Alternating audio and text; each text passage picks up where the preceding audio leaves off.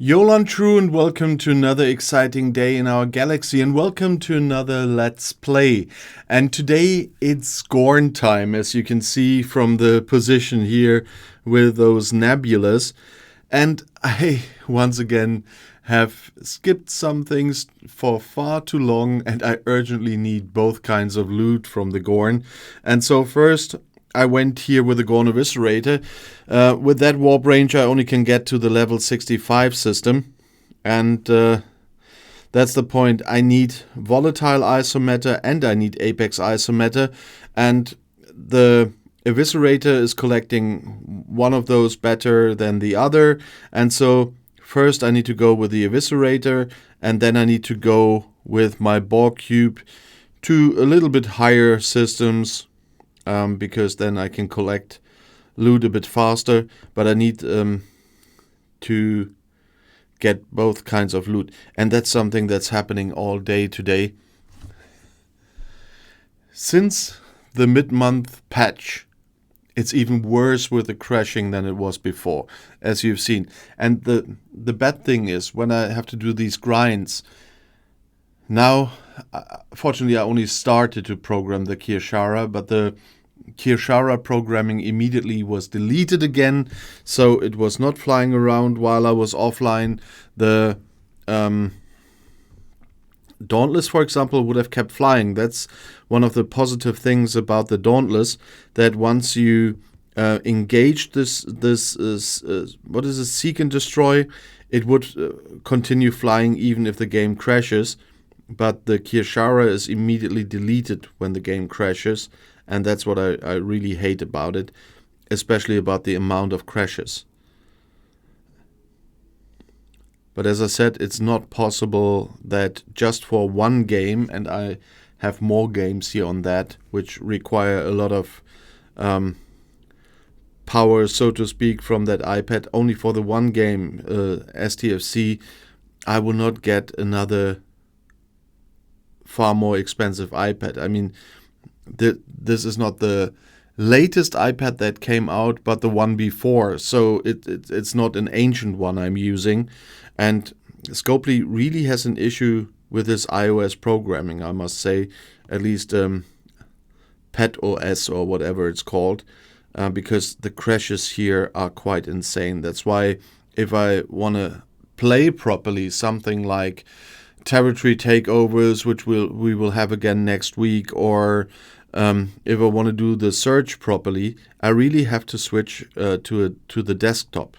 But my whole YouTube setup is on Mac and Pad and iPhone, so I cannot just do that. And I never managed to get the game into OBS for filming via my MacBook. Everything you see is the iPad, and so I always have to deal with the crashes when I'm filming, and that's an issue.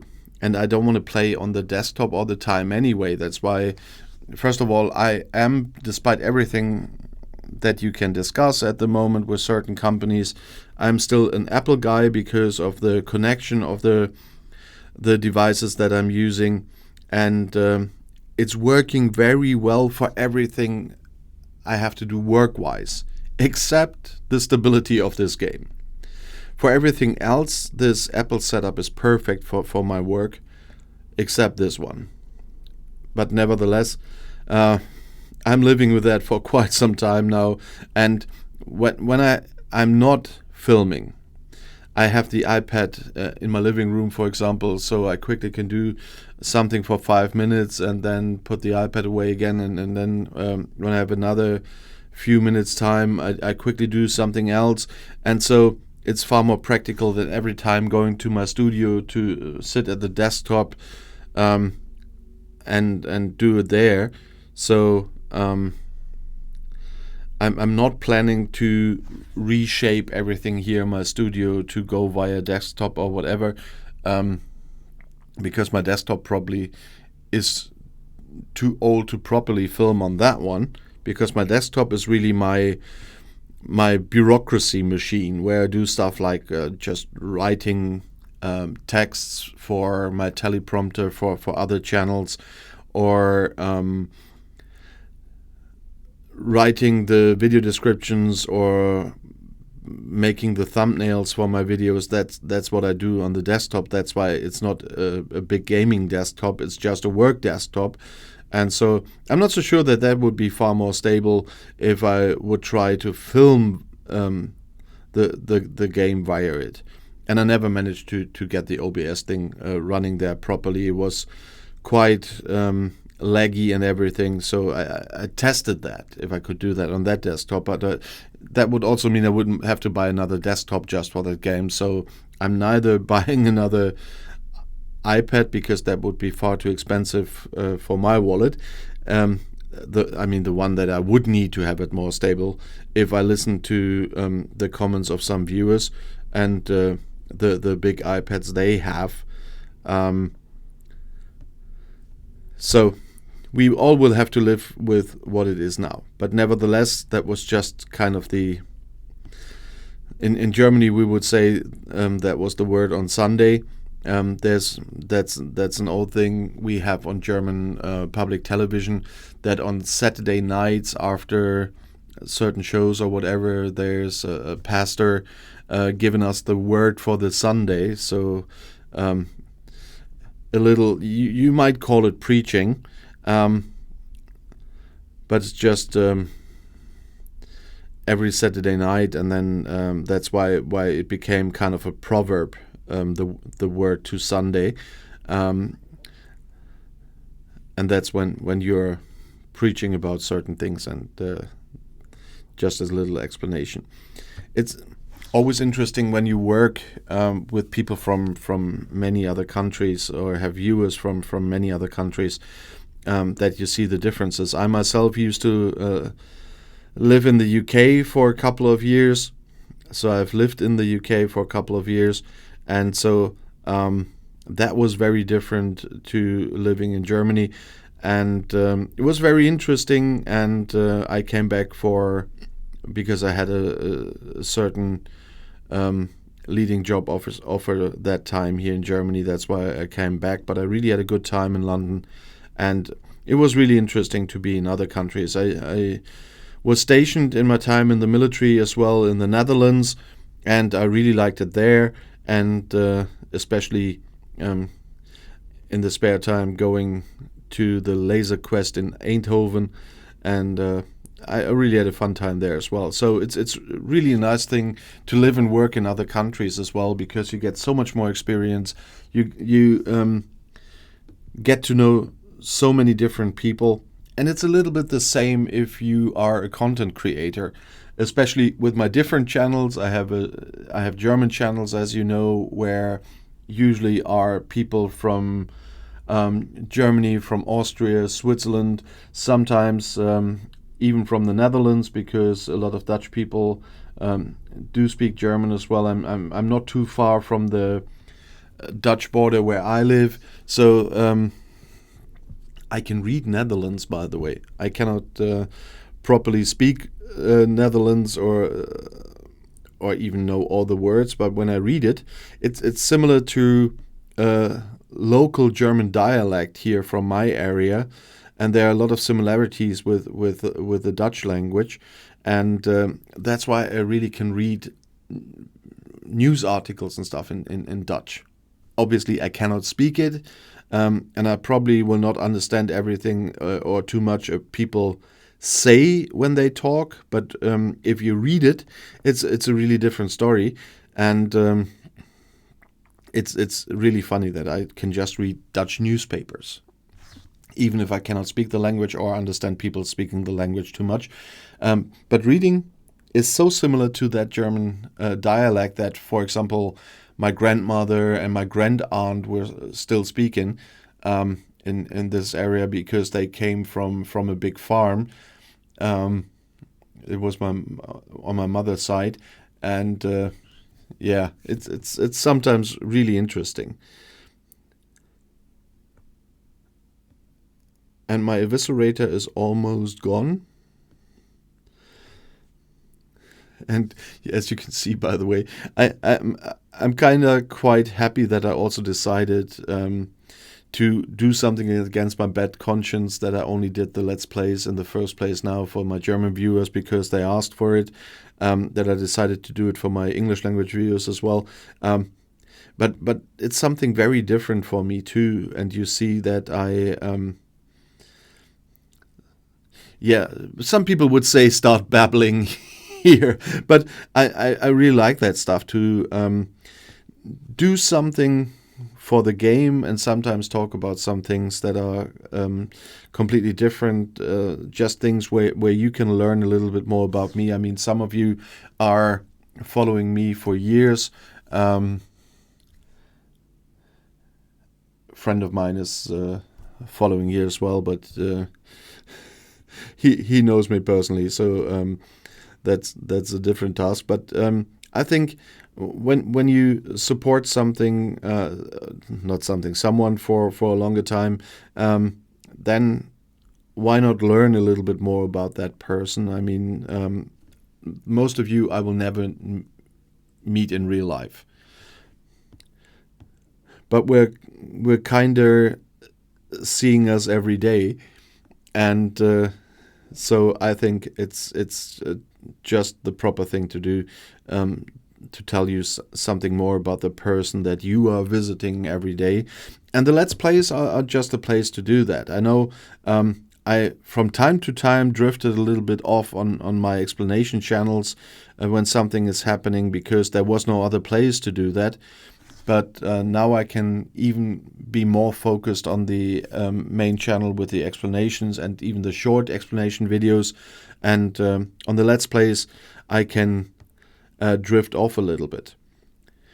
But as you can see, to get back to the game, that my eviscerator just exploded, and I need to take it back. The good thing about the eviscerator is that I can immediately jump there again, because the material you need to jump the eviscerator, you will accumulate so much over time that it's not like with a Borg cube, where today I'm completely out of those transwarp tokens. With the eviscerator, I never had that problem. I still need to upgrade my eviscerator. I used some special events to upgrade it as well. Otherwise, I wouldn't even be reaching this system with a loot crew. I'm using a loot crew this time, by the way. If we take a look here, I'm using my Picard crew, and I made a mistake. Maybe you want to think about what mistake did I make with that crew. I would have done something different for the Gorn here. And who can see what I missed here when I crewed the bridge crew? Because of the filming day today, I just picked the preset for loot crew and didn't change it anymore. So what did I miss? I will tell you in a second, but maybe you see that first. I would have used Nurse Chapel on that one, because she brings a really good loot bonus against the Gorn, and I forgot to use her today. Yeah, that sometimes happens because of work, but nevertheless, I should have picked her to get even more loot. That's why I put a loot crew on it and not a combat crew to get more loot out of here. And so I should have picked Nurse Chapel to even boost the loot for the eviscerator here. Then I will have to do it for my cube then. At least I can see at the refinery that something happened there with the loot that I already got, so we can take a quick look. The eviscerator's Kirshara is programmed a bit, so we can take a look at that one. Because I had a problem with the isometer, and in this case the apex isometer, because I didn't have enough for 3 chests. Now I did 1 round and immediately have enough to do the 3 chest exchange. And so we can click the bulk refine button.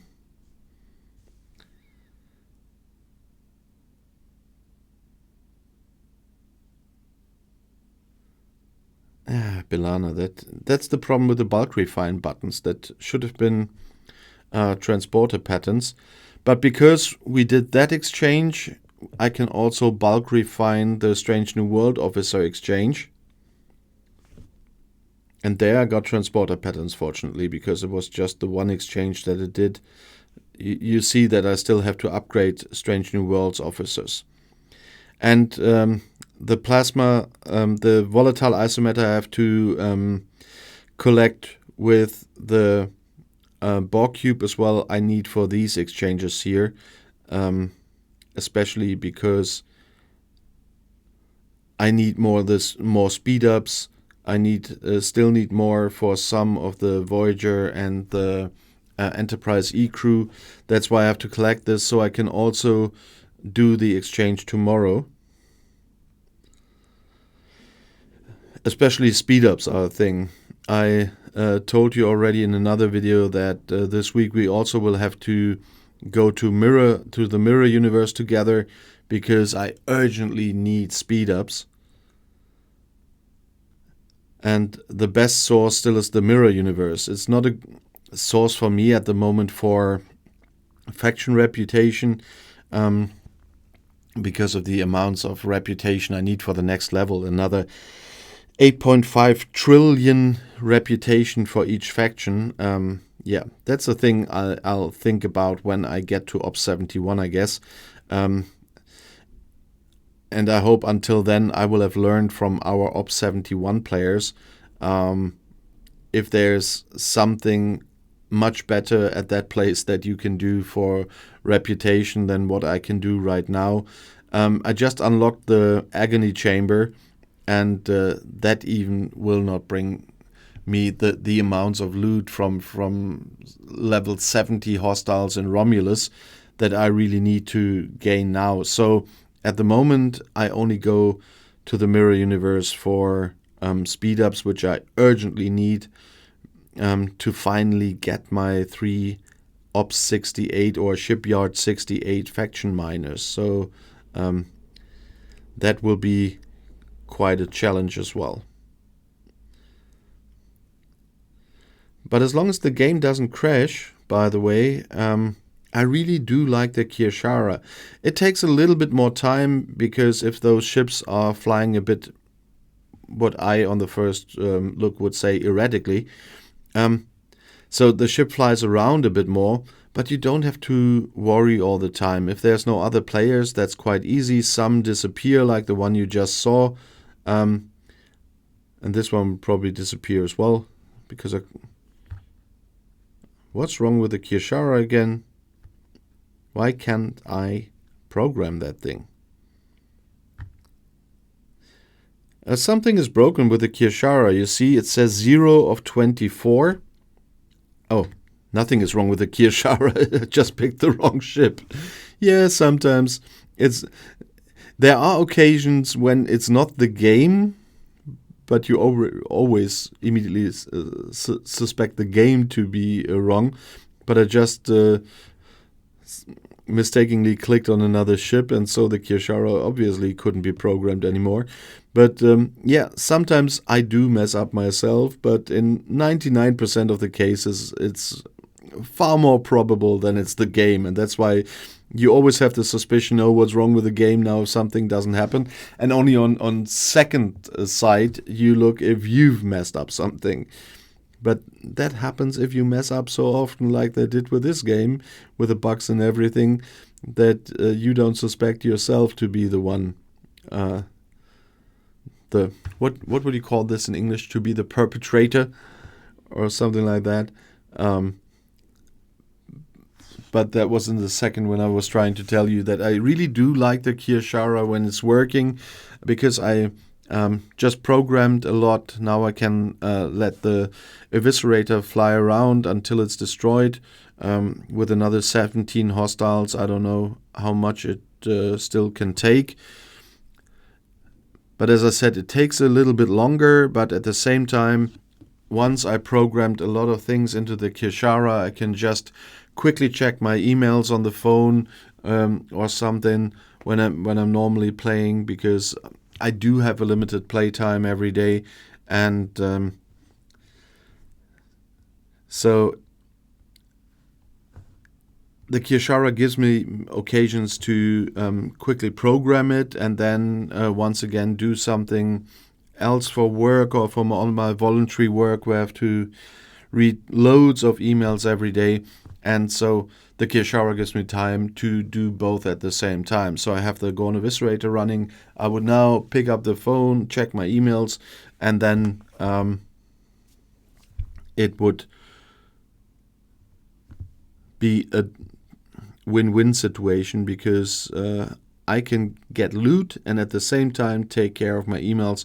So the Kirshara is still not perfect, but a lot of times it's working quite well.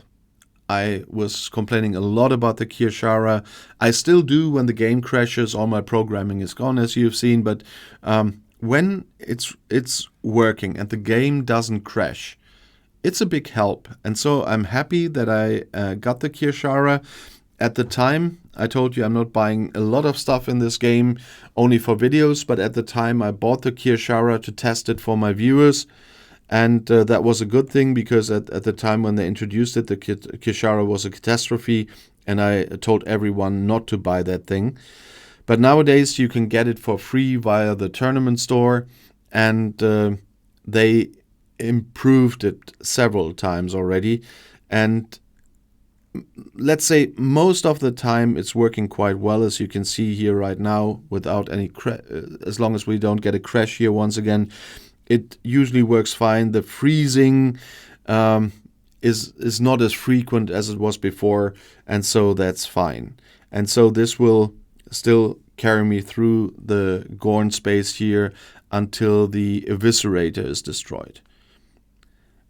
And so if you now have the chance to get the Kirshara in your tournament store, if you're a player on a lower level, the higher level ones will probably already have it, then take that chance, get the Kirshara there, and get upgrade material there, because of the tournament store was able to upgrade the Kirshara to max. That's why I can program 24 hostiles now. Nowadays, the Kirshara is an F2P artifact, because you can get it for free, you can upgrade it for free, and that's a good thing. And when you had to pay for it, it didn't work, and now at least it works most of the time, and we are at the point where you can get it for free. So I like the Kirshara much more today than I did when it was introduced into the game. And if you don't have it yet, take a look in your Alliance tournament shop if you can get it. It will help a bit with the grind. Although now, after learning about the Dauntless, can't they just turn the Kirshara into a second Seek and Destroy? To be honest, that would be so nice. Now we've done 2 tours with the Eviscerator, and now we take a look at the officers again. And for that we look at the below deck abilities, because she's easier to find there. There she is.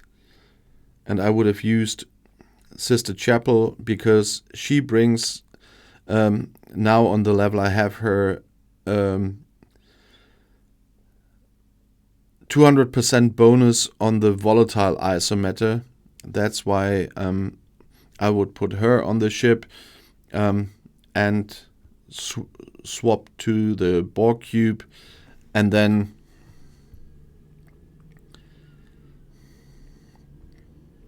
in this case go to the level 70 system. But we've done 2 tours with the Eviscerator already. The cube needs another 2.5 minutes to get there, because I'm out of transwarp stuff because of my dailies and some videos I did, and I really have to wait a few more hours to get more of that. So I spare you the same, and I think I talked a lot today already. But if you have anything that you want me to do while I'm doing the Let's Plays, one of my tasks that I have to do in this game, then let me know and I will see what I can do for you.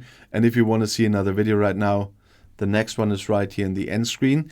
And I hope that you tell your friends in your alliance as well that this channel exists now. And of course, I hope that you like this type of videos as well. And however, whatever you will watch next, a video on my explanation channel or another video right here, I'll see you there. I'll be back.